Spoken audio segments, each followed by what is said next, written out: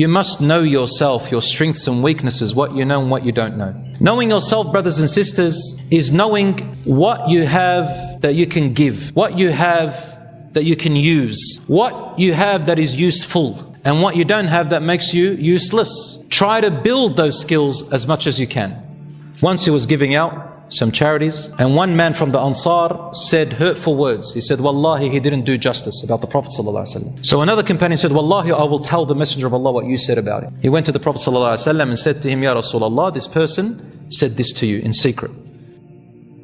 Brothers and sisters, I've listed, there are many qualities that build your character as a believer. I've listed at least, or minimum, that everyone should have. I've listed 10. Some of them you'll know already, but I'm just going to go over them and explain them briefly each, inshallah. All of these 10 are from the Quran and Sunnah. Even the Prophet ﷺ, if you study his life, you'll see these are his qualities as well. And each one has an example of it in his seerah, in his biography. So the first thing, brothers and sisters, all these 10 qualities is about loving yourself. You know that statement, love yourself? Unfortunately, the modern human today, the modern person, has twisted and missed the point of what loving yourself means. The modern person today thinks that loving yourself means that you don't care about anyone except yourself. What do you mean you don't care? There's no care, there's no kindness anymore, just yourself? I don't care what happens to everyone else so long as I'm good. Loving yourself these days is about superficial outside appearance these days. What you drive, indulging in your luxuries, indulging in my desires. So long as I like it and I'm enjoying it, I don't care if it's halal or haram. I don't care who it harms. I don't care what it's doing to me. If I like it and I love it, I'm loving myself. Loving yourself does not mean indulging, making yourself spoilt. Spoil yourself. You won't do that to your child.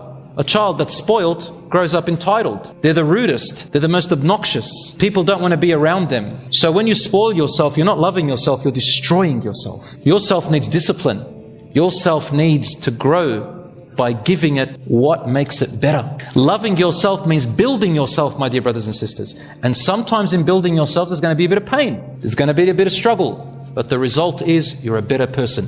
Serve yourself and build yourself. That's how you love yourself. So number one, the first condition of building yourself is knowing yourself. You must know yourself, your strengths and weaknesses, what you know and what you don't know. Knowing yourself, brothers and sisters, is knowing what you have that you can give, what you have that you can use, what you have that is useful, and what you don't have that makes you useless. Try to build those skills as much as you can. Humble yourself. So once you know yourself and you know your reality, don't appear to people exactly in your reality. Appear to people a little bit less than your reality. That's called humbleness. And that is what the Prophet ﷺ said, "Man tawada'a lillahi rafa'a."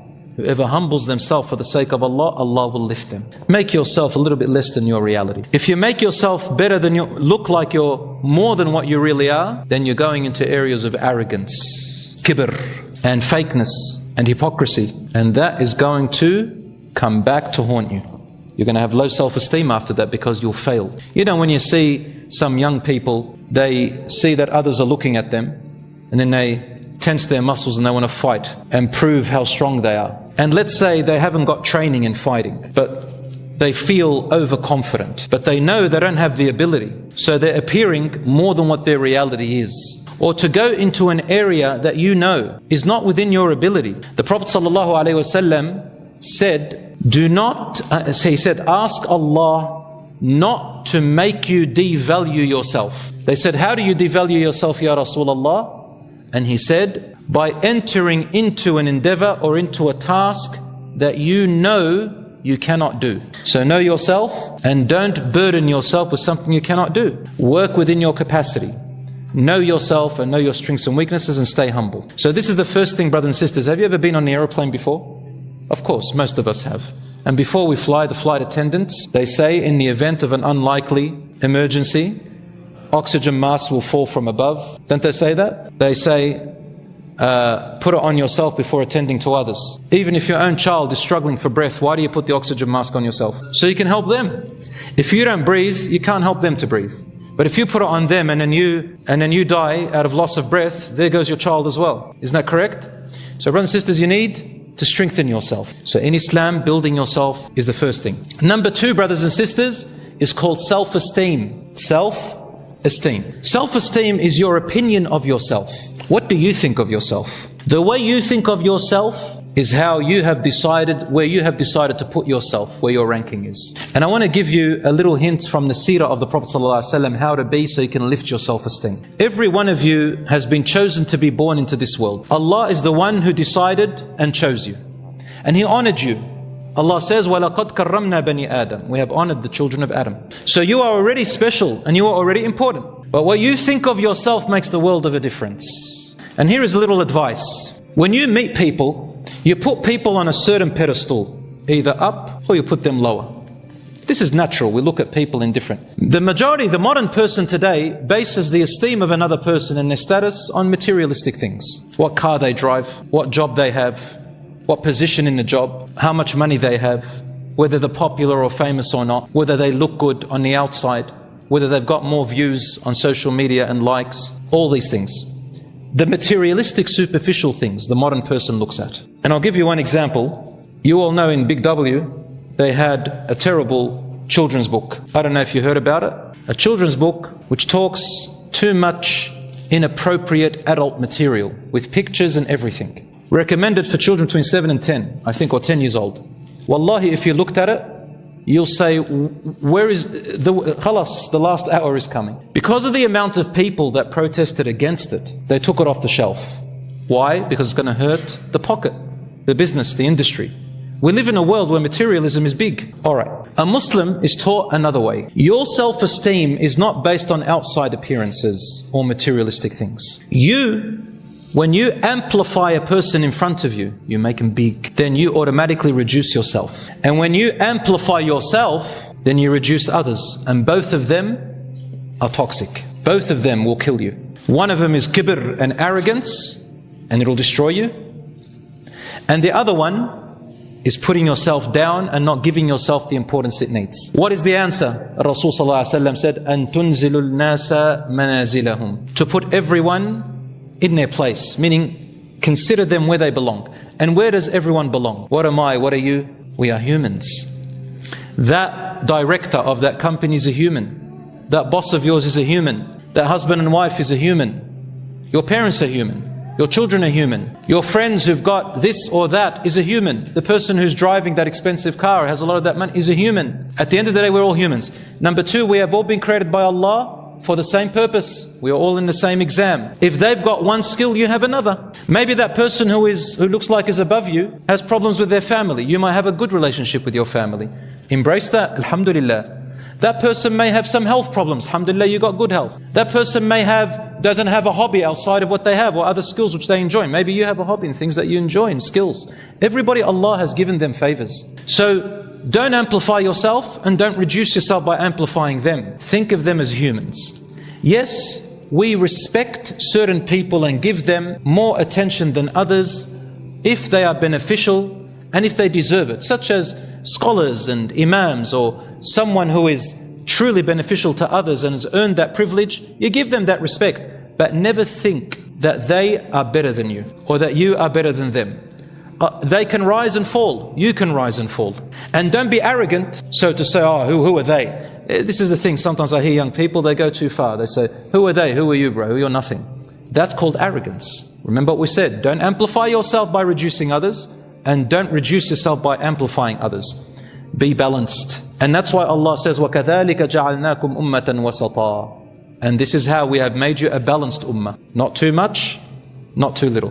Be balanced. That's what Rasulullah said, Allah loves al-wasat fil umuri kulliha. He loves the balance in all matters. So work towards that balance. So brothers and sisters, for your self-esteem, look at that. Number three is confidence, or overconfidence, or underconfidence. And there is the mature side. So it's got to do with confidence. What is confidence? In order for you to know yourself that you are confident, that's part of building yourself, you need two things. You need to feel that you can do that thing. And number two, you need to know that you have the ability to do that thing.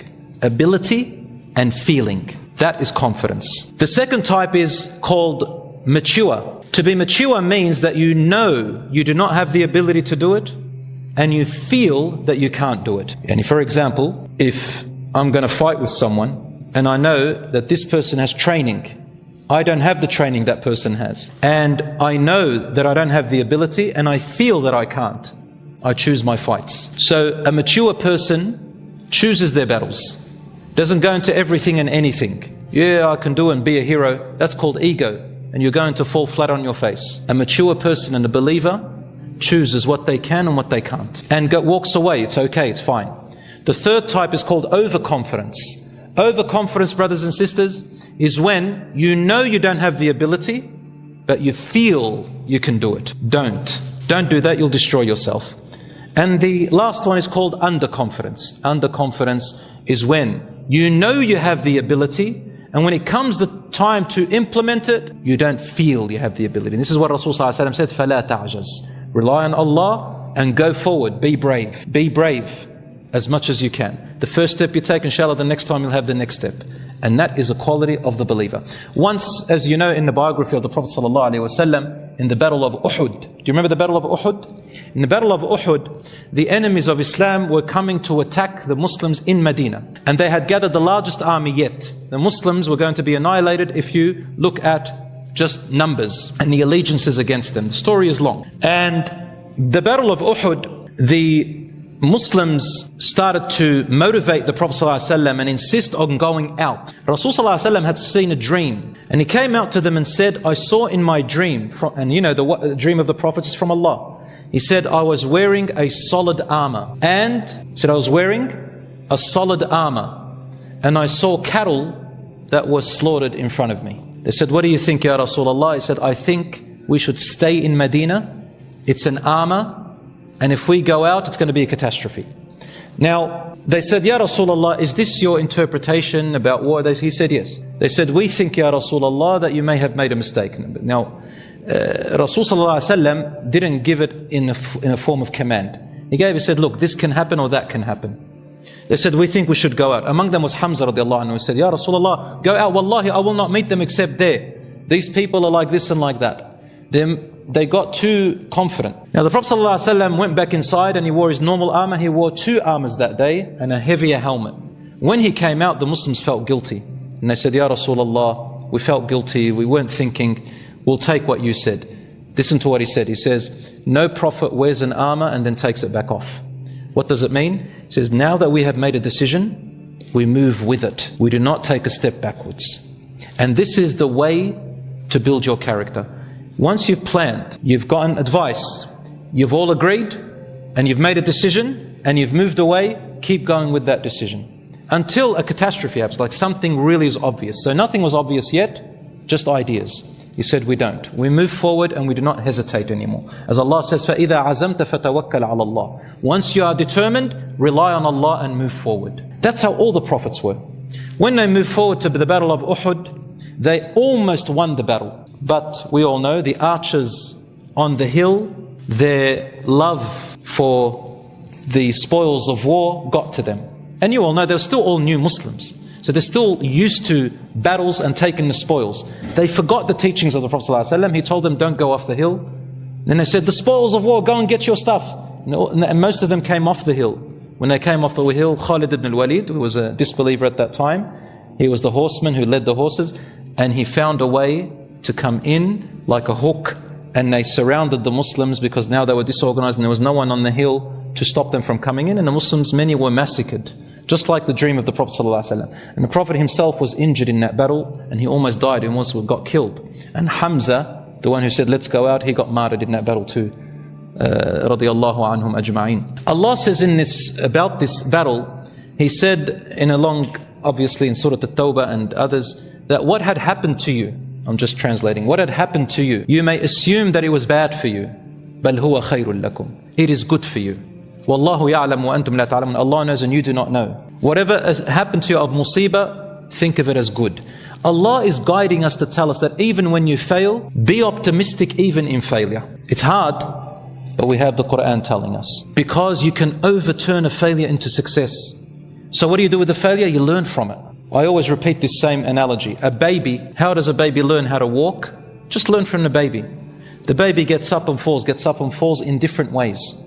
The baby is subconsciously learning, say it fell 100 times. It's learning 100 ways of how not to fall by falling 100 times. The only way to learn 100 ways of how not to fall is by falling 100 times. So Allah tells them, it was not bad for you, it is good, no matter how it appears. And truly it was after that. They learned a big lesson. We move on to the fourth one. Self-management, brothers and sisters. Now this is something that I see a lot of people neglect. Self-management and discipline. To have good self-management and discipline, Islam teaches us, get your priorities right. Get your priorities right. You can't take everything. You have to say 1, 2, 3 priorities. Number 2, have time management. Make a time for everything. Don't just use your time and waste it on everything. No. And number 3, know that in life you're going to have 3 types of interactions with people. Don't be one without